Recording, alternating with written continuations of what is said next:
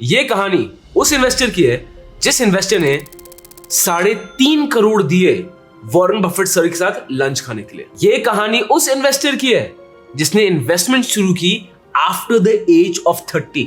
ये कहानी उस इन्वेस्टर की है जहां पे S&P 500 जो यूएस के इंडेक्स है उसने दिया 43% रिटर्न और इस इन्वेस्टर की रिटर्न आई उस पीरियड में 517%। ये कहानी है उस इन्वेस्टर की जिसको मैं खुद personally one of my stock market gurus मानता हूं। ये कहानी है मोनीश पोबराय की।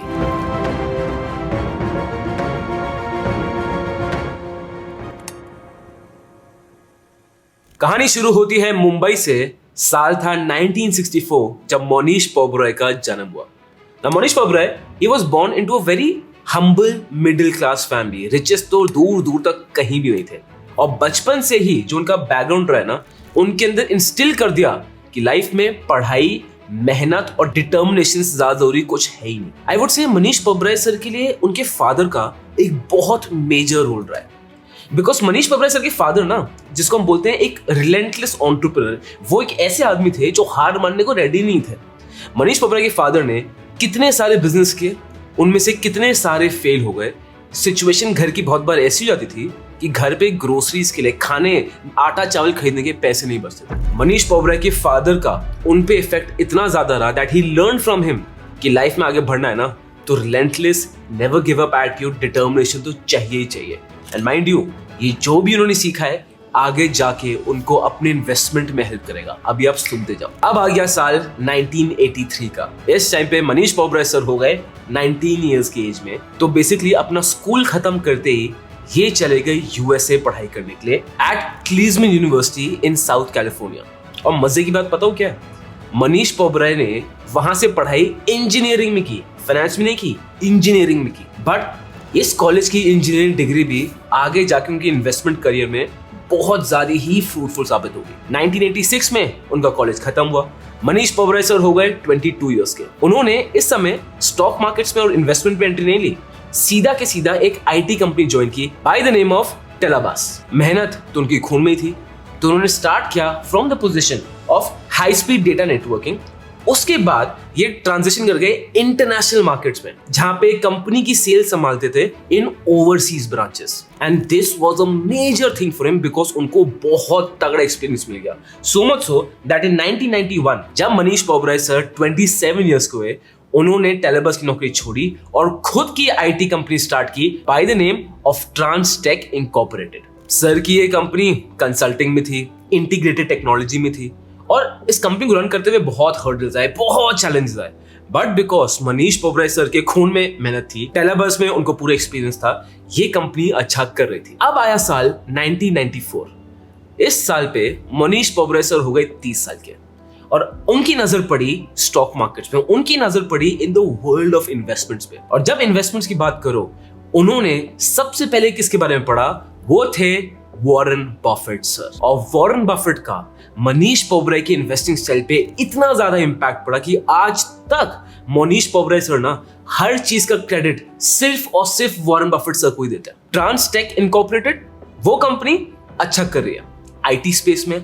उस टाइम पे आप देखोगे लेट 90s में, अर्ली 2000s में .com बबल बन रहा था, तो उस टाइम पे ऐसी IT companies they were doing very well. But वही था, मनीष पोबराय सर को लग गया कीड़ा स्टॉक मार्केट्स का। इन 1999 व्हेन ही वाज 35 उन्होंने खुद का पोबराय इन्वेस्टमेंट फंड्स खोला। End of course it was inspired by Warren Buffett sir. जैसे वॉरेन बफेट सर की इन्वेस्टिंग स्टाइल थी, जैसे वॉरेन बफेट सर की बर्कशायर हैथवे थी, उसी बेसिस पे, उसी कॉन्सेप्ट पे मनीष पोबराय सर ने अपने फैमिली ऑफ हेज फंड्स को लॉन्च कर दिया मार्केट में। जो उनकी शुरुआत हुई थी बड़ी हम्बल थी, फ्रॉम $1 मिलियन। बट देखते ही देखते ये स्काईरॉकेट कर गया to $1 billion. This company had assets under management of $1 billion. Investment style क्या था? Same like Warren Buffett. Undervalued stocks को choose करो, जो fundamentally strong हो, जो सस्ते में मिल रहे हो, उनको hold करो and let the magic happen. फिर हम आते हैं in the year 2000. अब इस टाइम पे .com का जो एक्साइटमेंट है आईटी कंपनीज के राउंड बहुत ज्यादा था। मनीष पोबराय को ऑफर आया to sell his company. Mohnish Pabrai sold Transtech incorporated for $20 million. Just imagine this, At the age of 37, he was an entrepreneurial success. Company खड़ी की और $20 million में कंपनी बेच दी. In 1995, when I first started investing, I had $1 million that I had gotten from a sale of my businesses. And I had just begun to learn about Buffett. I decided I would invest this money in the equity markets and I wanted to grow it and scale it and see what would happen. So out of the million, I put 40,000 into 4 Indian stocks. So I opened a brokerage account in India in 95, which was quite a convoluted process then because there was no demat or anything at that time. And one of the stocks basically went up 160x. और sir आपको पता है इससे क्या mark होता है?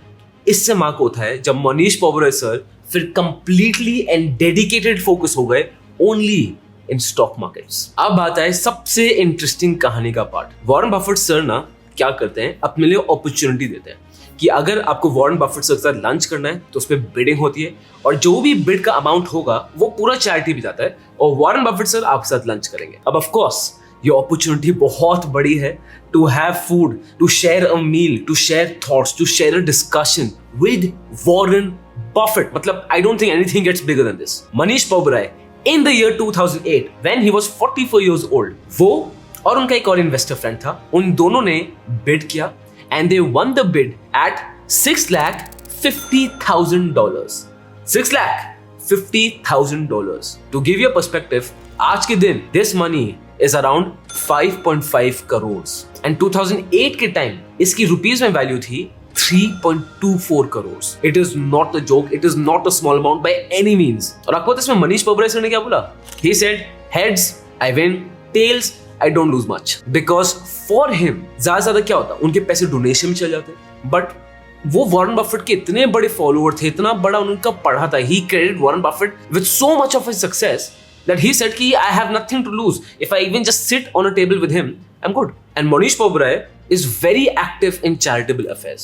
So much so, in 2022, मतलब comparatively कितना recent है, Warren Buffett came out and openly praised Manish Pobrai for his charitable efforts. और रही बात Pobrai investment funds की, it was a complete success. मैं आपको बता दूं कि successes क्या-क्या थी. इन्होंने एक इन्वेस्टमेंट की थी which was remarkable in Fiat Chrysler automobile stocks. यहाँ पे इन्वेस्ट किया in 2012 and कुछ सालों बाद he got a 60% return. And not only this, Manish Pobrai got famous for choosing the brilliant stocks at very undervalued prices. उन्होंने stocks choose किए जैसे Google, Alphabet, फिर Horsehead Holding Corporation, then General Motors, Chevrolet वाली company, then Delta Financial Corporation are just few names of the stocks that Manish Pobrai did brilliantly. ये थी मनीष पोबराय की story. But इससे भी ज्यादा इंटरेस्टिंग जो है ना, जो मुझे एज अ इन्वेस्टर लगता है कि हर इन्वेस्टर के एक डिफरेंट टाइप के लेसन होते हैं इन स्टॉक मार्केट्स. अब हम बात करते हैं मनीष पोबराय सर के क्या क्या इन्वेस्टमेंट लेसन हैं, क्या क्या इन्वेस्टमेंट बिलीव्स हैं, so that we can try and implement them in our portfolio. अभी तक आप कंटेंट देख रहे हो, आपको अच्छा लग रहा है, please hit the like button. It really motivates us and helps us कि YouTube हमारे चैनल को थोड़ा और रिकॉग्नाइज करे. और अगर आपको कंटेंट बहुत अच्छा लग रहा है तो सब्सक्राइब करोगे तो we will love it even more. अब आते हैं मनीष पोबराय सर के इन्वेस्टिंग स्ट्रैटेजी पे. Great businesses are not always great investments.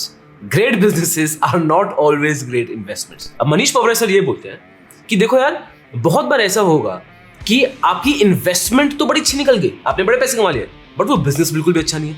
और बहुत बार ऐसा होगा कि वो बिजनेस बहुत अच्छा है बट आपने एज ए इन्वेस्टमेंट ज्यादा उसमें पैसे नहीं कमाए.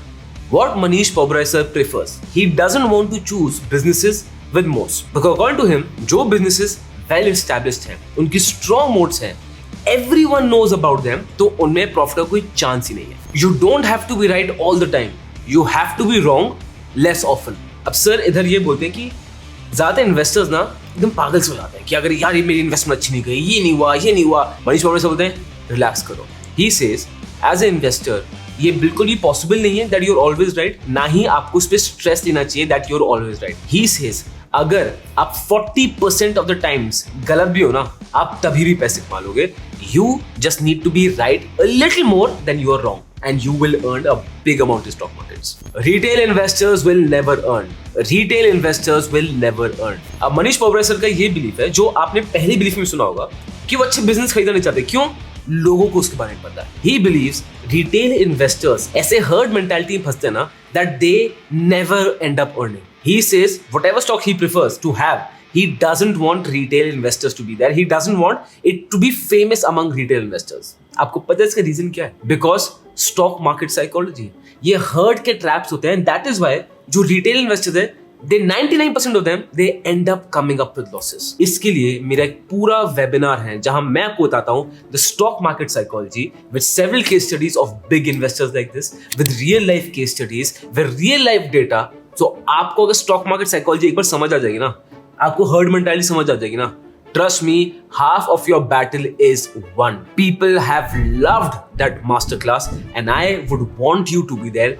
Link is in the description. Bet on the one at the helm when the company is small. अब मनीष पबरा सर यहाँ पे ये समझाते हैं कि देखो यार, in a big business, according to him, top level management ज्यादा मैटर नहीं करती. Why? Because वो बिजनेस इतना बड़ा हो गया है, मोड्स ऑलरेडी सेट हो गए हैं, तो मैनेजमेंट चला लेगी business. Even when the management is not that great, business तभी भी चलता रहेगा. But on the other hand, if you want to go for a small company, a small business जहां पे ग्रोइंग अपॉर्चुनिटीज बहुत ज्यादा है, main focus as a investor आपका होना चाहिए सिर्फ और सिर्फ उनकी मैनेजमेंट पे और कुछ भी नहीं. और मैनेजमेंट को कैसे एनालाइज करना है, मैंने इसके लिए पूरी एक वीडियो बनाई थी. वो वीडियो मैं आपको इस वीडियो के एंड में दे दूंगा, उसको आप जरूर देखना. फाइंड स्ट्रगलिंग बिजनेसेस इन स्ट्रगलिंग इंडस्ट्रीज. अब देखो ये काफी क्वाइट ऑब्वियस कि क्या बोल रहे हैं. अब इन्होंने एक एग्जांपल दिया कि यूएस में ना मोटल इंडस्ट्री बहुत बड़ी है. अब यूएस में से हाईवेज, लंबे लंबे हाईवेज होते हैं, राइट? वहां पे मोटल्स होते हैं जहां पे आप एक रात रुक सकते हो, स्टॉप एंड गो कर सकते हो, और यूएस में ये बहुत बड़ा है. अब एक टाइम आया था when the metal stocks crashed.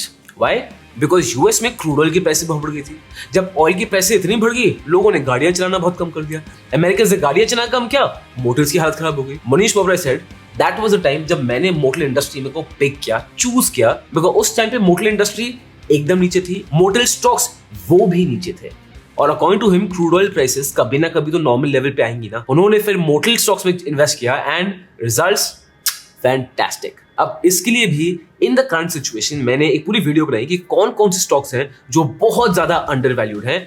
वो वीडियो भी मैं आपको इस वीडियो के एंड में ही दे दूंगा, तो वो आप देख लेना. Finding silver lining in pessimistic markets. यहाँ पे मनीष पबरा ये समझा रहे हैं कि भाई जब मार्केट्स एकदम गिर जाए, लोग स्टॉक मार्केट्स को गालियां दे रहे हैं, everyone is scared and markets is been hitting low circuit, bear run every time in the news, that is the time when you have an opportunity. For Manish Pabra sir, those are the specific times when he has the opportunity to buy good stocks and buy them big. ये opportunity आई थी Covid में, 2020 में जब markets crash होता गिरा था, सब लोग डर गए थे, बट जिन लोगों ने खरीदा आज वो अलग लेवल पर है. एंड मनीष पबरा सर का इन्वेस्टमेंट स्टाइल आप देखोगे ना, तो he wants to take more risk, he likes taking more risk. अब if you are someone who does not want to take that much of risk, आपका इन्वेस्टिंग स्टाइल वो नहीं है, इट इज फाइन. बिकॉज बहुत ऐसे investors आपको मिल जाएंगे जो सिर्फ ब्लू चिप इन्वेस्ट करते हैं, बहुत इन्वेस्टर्स मिल जाएंगे जो सिर्फ स्मॉल कैप में इन्वेस्ट करते हैं.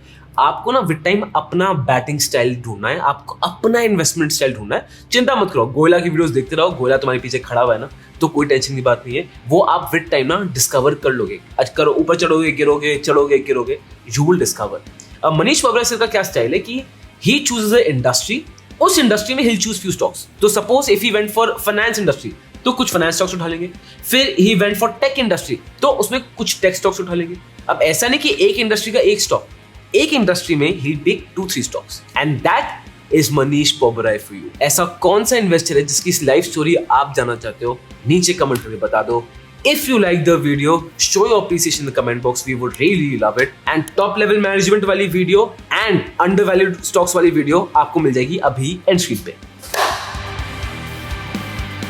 This content is only for education purposes. We do not provide any buy or sell recommendations. Please do your own research before making an investment decision. All the companies mentioned in the content have no association with us until mentioned otherwise in the video itself.